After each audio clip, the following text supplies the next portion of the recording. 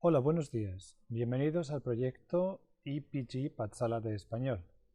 Me llamo Carlos Izquierdo Tobías y soy exprofesor visitante de Jamia Millia Islamia en Nueva Delhi. Ahora nos encontramos en el módulo 3 del paper Introducción al cine español. Este módulo se titula Historia del cine español 3, el cine español de los años 50.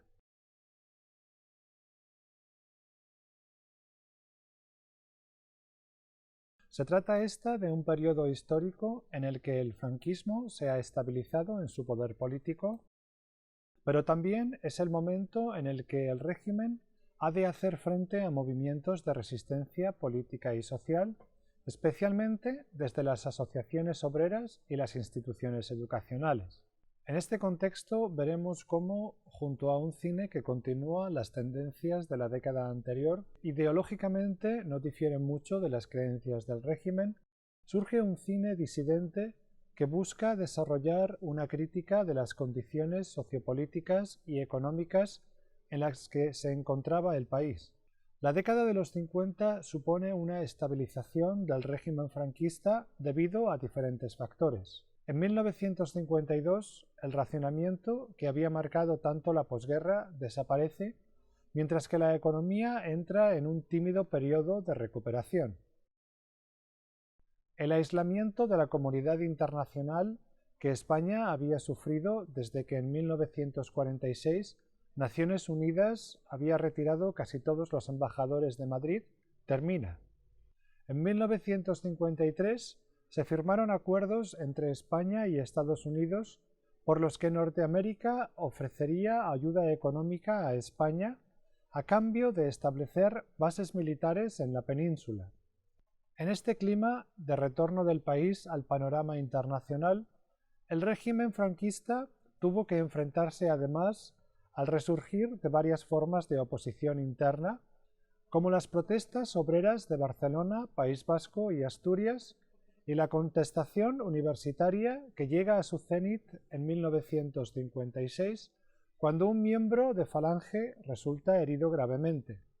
El Partido Comunista Español, PCE, fue la organización que concentró las actividades en contra del régimen de manera más eficiente en medios sindicales y en la universidad, con figuras como Jorge Semprún o Ricardo Muñoz Suay. Entre las filas del franquismo se produjeron también cambios relevantes, como la remodelación ministerial del año 51, que relevó a los más cercanos al movimiento a favor de grupos católicos. La década de los 50 fue testigo de una paulatina toma de poder de los grupos cercanos al Opus Dei, proceso que culminaría con la toma del control del área económica del gobierno por Ullastres o Navarro Ruiz, antesala del llamado Plan de Estabilización del año 59. Los últimos años de la década y los primeros de la siguiente verán el comienzo de la emigración exterior y el turismo, que ayudarán a una relativa apertura económica y social del país. En cuanto al cine, pocas fueron las modificaciones que el gobierno de Franco introdujo. Entre ellas destaca la creación en el 51 del Ministerio de Información y Turismo, liderado por Arias Salgado, y en él la Dirección General de Cinematografía y Teatro, en la que José María García Escudero trató en vano de impulsar medidas que elevaran la calidad del cine español. A pesar de sus esfuerzos, se vio obligado a dimitir al año siguiente por su defensa de Surcos, de José Antonio Nieves Conde del 51, una historia sobre la inmigración del campo a la ciudad como película de interés nacional, y su rechazo a otorgar la misma categoría a Alba de América de Juan de Orduña del año 51. Es en estos años cuando surge una disidencia política significativa en el cine que hará que la censura, que toma sus bases morales en la Iglesia, aumente. La industria cinematográfica del momento está aún anclada en modelos que buscan el beneficio inmediato por encima de cuestiones de calidad. La productora Cifesa comienza un periodo de decadencia paralelo al declive del cine histórico que hace que la empresa se concentrara más en la distribución en detrimento de la producción. Aun con todo, la productora participará indirectamente en la producción de La hermana San Sulpicio o Los ojos dejan huellas del 52. Dentro del tradicionalismo continuista de los años 50 encontramos a realizadores como Sáenz de Heredia, Rafael Gil y Juan de Orduña, que habiendo comenzado sus carreras en los años 40, continúan en la década siguiente rodando películas. El primero consigue éxitos con Todo es posible en Granada del 54 e Historias de la radio del año siguiente. Rafael Gil destaca con La señora de Fátima del 51, La guerra de Dios del 53 o Murió hace 15 años del 54. Juan de Orduña continúa su carrera tras apartarse del género histórico con El último cuplé.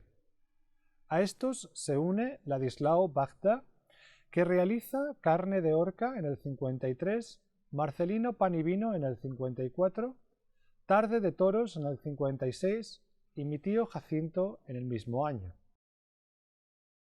Una gran mayoría de los recién llegados a la industria terminará cediendo a las exigencias del cine oficial, a pesar de mostrar algunos cierto interés por un cine más crítico. Entre estos recién llegados encontramos a José María Forqué, Pedro Lazaga, Francisco Rovira Veleta, Julio Coll y José Antonio Nieves Conde. José Antonio Nieves Conde combinó películas claramente franquistas como Balarrasa del año 50, una película religiosa sobre un misionero español atrapado en Alaska que rememora su vida, con historias disidentes como la valorada Surcos del 57 sobre la inmigración del campo a la ciudad que hemos mencionado antes. José María Forqué comenzó con comedias como El diablo toca la flauta del 53 y Un día perdido del 54, pero pronto optó por el cine de género más comercial. Cabe destacar, sin embargo, su Atraco a las 3 del año 62, que mezcla el cine negro americano y el neorrealismo italiano. Se trata de una parodia de los tópicos y personajes del cine negro que a su vez muestra la cruda realidad de los años 60 en la España de Franco. Pedro Lazaga rueda películas de cruzada como La patrulla, El frente infinito o Torrepartida, para luego interesarse más por las comedias como Muchachas de azul, Los tramposos o Trampa para Catalina. Los catalanes Francisco Rovira Veleta y Julio Coll combinaron filmes de cierta calidad con encargos comerciales. Rovira Veleta rodó el drama rural Luna de sangre en el año 50 o la película de tema futbolístico 11 pares de botas en el 54. Pero también realizó sus dos mejores películas en el género negro, El expreso de Andalucía en el año 56 y Los atracadores en el 61. El talento narrativo de Julio Coll se deja ver en Distrito V del 57 o Los cuervos del 61. En cuanto a los géneros cinematográficos que muestran una supervivencia de los gustos de la década anterior, destacan la comedia y el musical folclórico, mientras que el histórico y el literario fueron desapareciendo.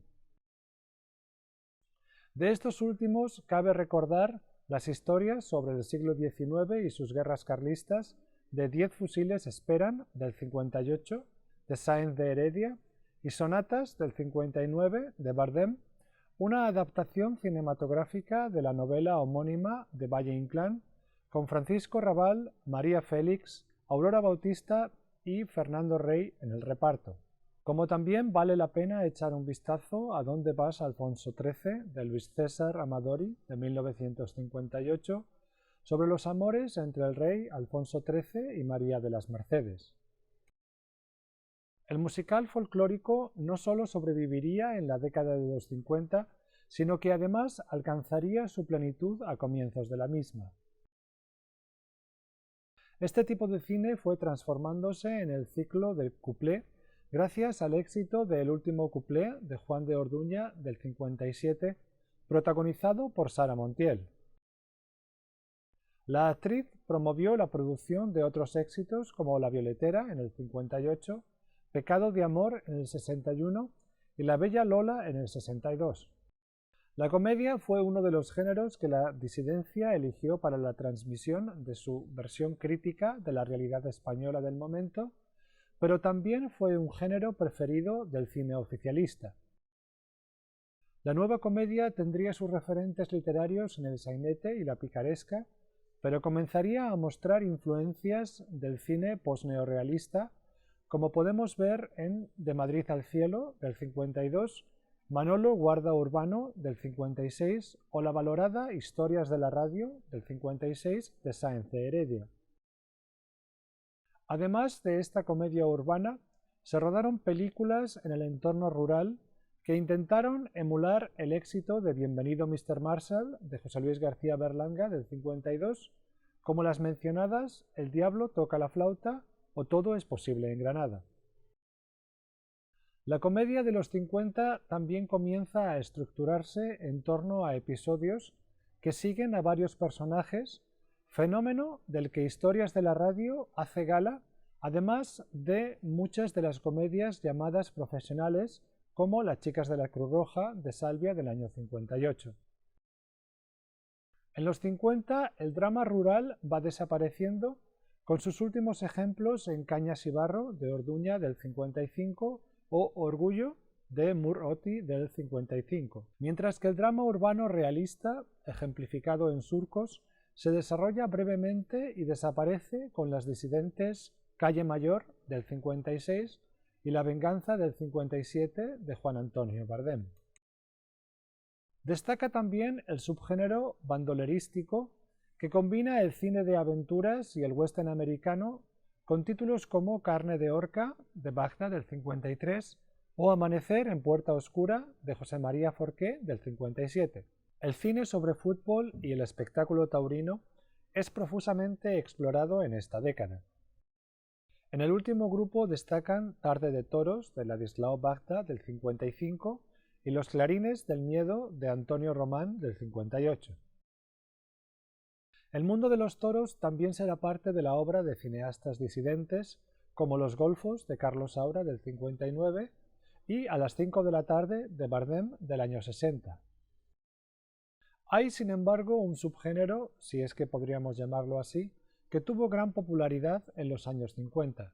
Se trata del cine con niño, que creaba historias para el enaltecimiento de niños actores como en la mencionada Marcelino Pan y Vino, de Bagda, del 54, o El pequeño ruiseñor, de Antonio del Amo, del 56, protagonizadas respectivamente por Pablito Calvo y Joselito.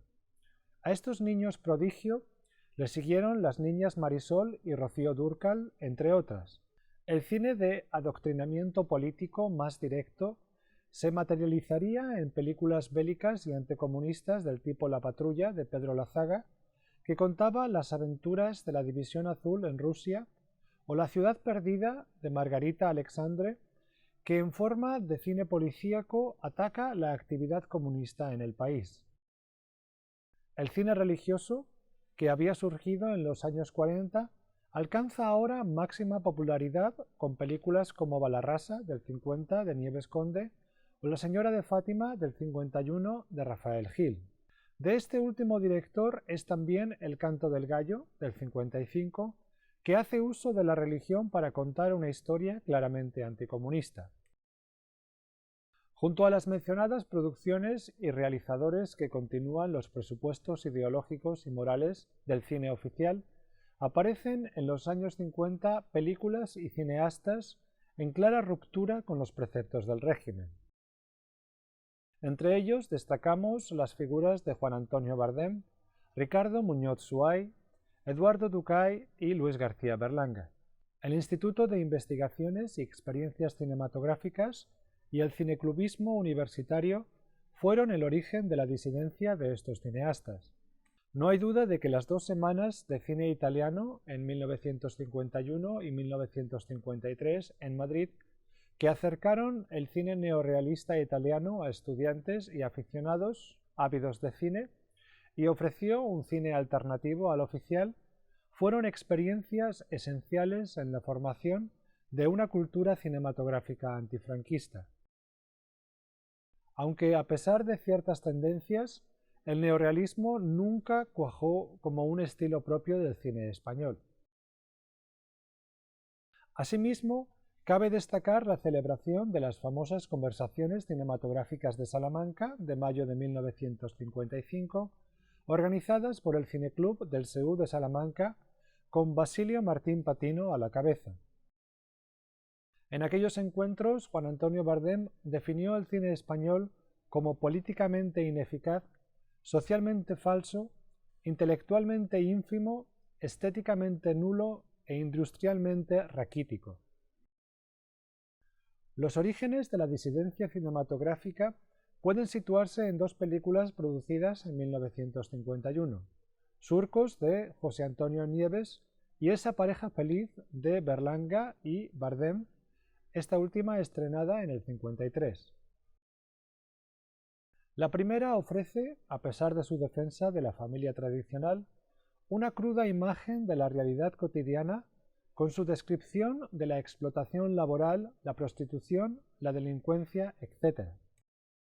La segunda se alza como una interesante crítica del consumismo que empezaba a hacerse sentir en España y una descripción amarga de las condiciones de vida de una pareja obrera. El filme nos cuenta cómo la mediocre vida del matrimonio compuesto por Juan Granados Muñoz, Fernando Fernán Gómez, que trabaja en La Tramoya en unos estudios de cine, y Carmen González Fuentes, Elvira Quintillá, una costurera soñadora, parece cambiar cuando es seleccionada como la pareja feliz por la marca de jabones Florid, gracias a la cual disfrutarán de la vida de lujo de un matrimonio burgués acomodado.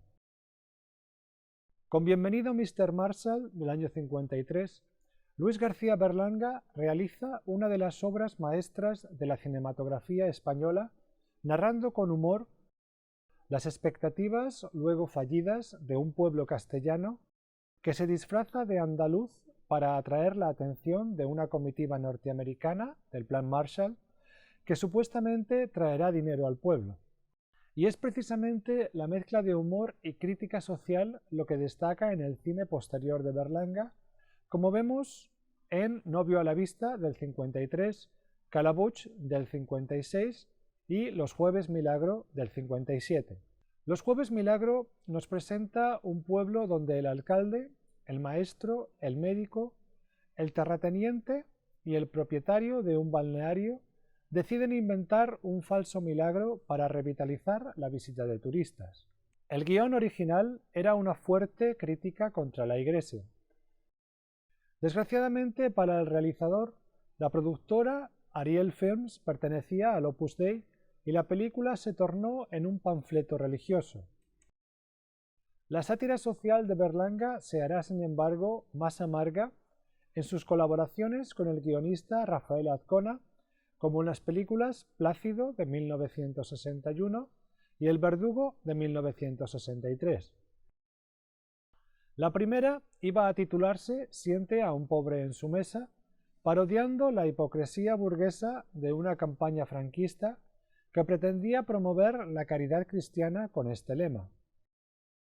Nominada al Oscar a la mejor película de habla no inglesa y considerada hoy en día como una de las mejores películas del cine español, Plácido cuenta la historia de un hombre pobre obligado a cooperar en una de esas campañas con su nuevo motocarro que aún no ha terminado de pagar. El Verdugo, de 1963, resulta aún más grotesca. Cuenta los avatares del empleado de una funeraria que termina heredando el puesto de verdugo de su suegro. El filme inquietó sin duda a las autoridades. El mismísimo general Franco definió a Berlanga como un mal español.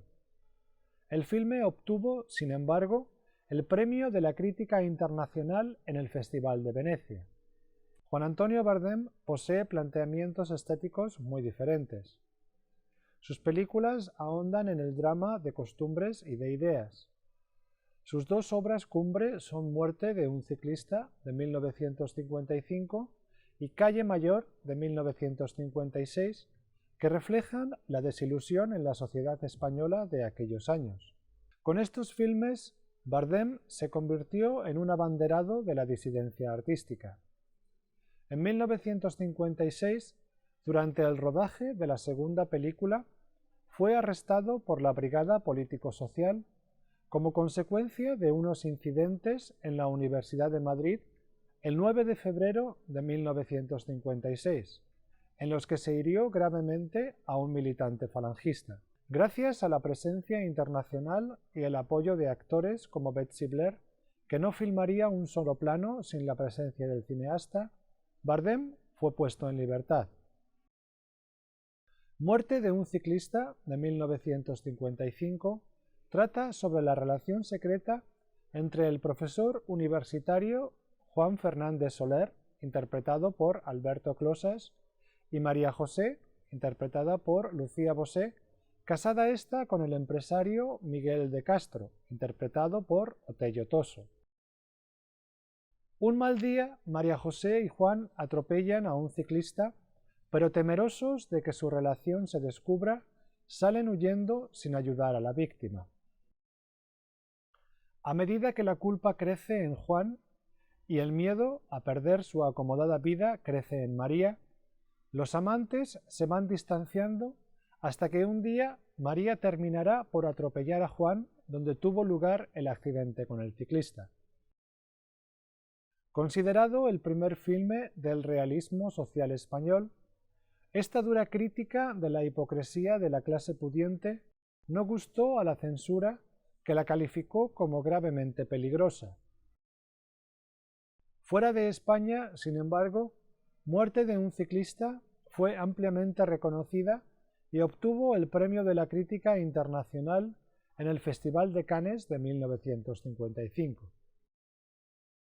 Calle Mayor, de 1956, no pasó tampoco desapercibida en el extranjero y recibió el Premio de la Crítica en el Festival de Venecia. La calle, a la que hace referencia el título, es ahora la calle Portales y la calle del Mercado de Logroño. Se trata de la historia de Isabel, interpretada por Betsy Blair, una infeliz solterona en una ciudad de provincias a la que unos señoritos aburridos gastan una broma perversa. Le hacen creer que uno de ellos, Juan, interpretado por José Suárez, está enamorado de ella. La voz en off que introduce la historia nos advierte de que ésta podría ocurrir en cualquier sitio. Esta maniobra de Bardem trataba probablemente de apaciguar a la censura, pero a medida que la trama avanza, la crítica a la hipocresía de la sociedad española del momento va haciéndose cada vez más obvia. Aún en la década de los 50, Bardem estrenaría La venganza de 1957, nominada al Oscar a la mejor película de habla no inglesa en el 58, y se convertiría en el presidente de la productora Uninci, uno de los bastiones de la disidencia política y estética del cine español. La productora no sobrevivió, sin embargo, a las reacciones del estreno de Viridiana en el 61 de Luis Buñuel, que había producido, ya que la película recibió el acoso de la ortodoxia del momento con el periódico vaticano L'Osservatore Romano, considerándola blasfema y sacrílega. Junto a esta resistencia directa al régimen, podemos encontrar ejemplos de una disidencia más periférica, como es el caso de El inquilino, del año 57, de José Antonio Nieves Conde, que denunciaba la carencia de viviendas y sufrió el peso de la censura al no ser estrenada nunca en las principales ciudades del país. El pisito del 58 y El cochecito del 60 de Marco Ferreri han de situarse también en este grupo. Con influencias neorrealistas y un humor negro muy característico, estos filmes observan la realidad del momento con gran agudeza. Del final de la década, exactamente del año 59, es Los golfos de Carlos Saura, considerada una obra cumbre del cine neorrealista. Saura se empeña aquí en rodar una película fuera del modelo convencional de los estudios y salir a la calle. El filme sigue las andanzas de Julián, Ramón, Juan, el Chato, Paco y Manolo, de clase social baja, que sobreviven como pueden en los arrabales de Madrid. Termina aquí el módulo dedicado al cine español de los años 50.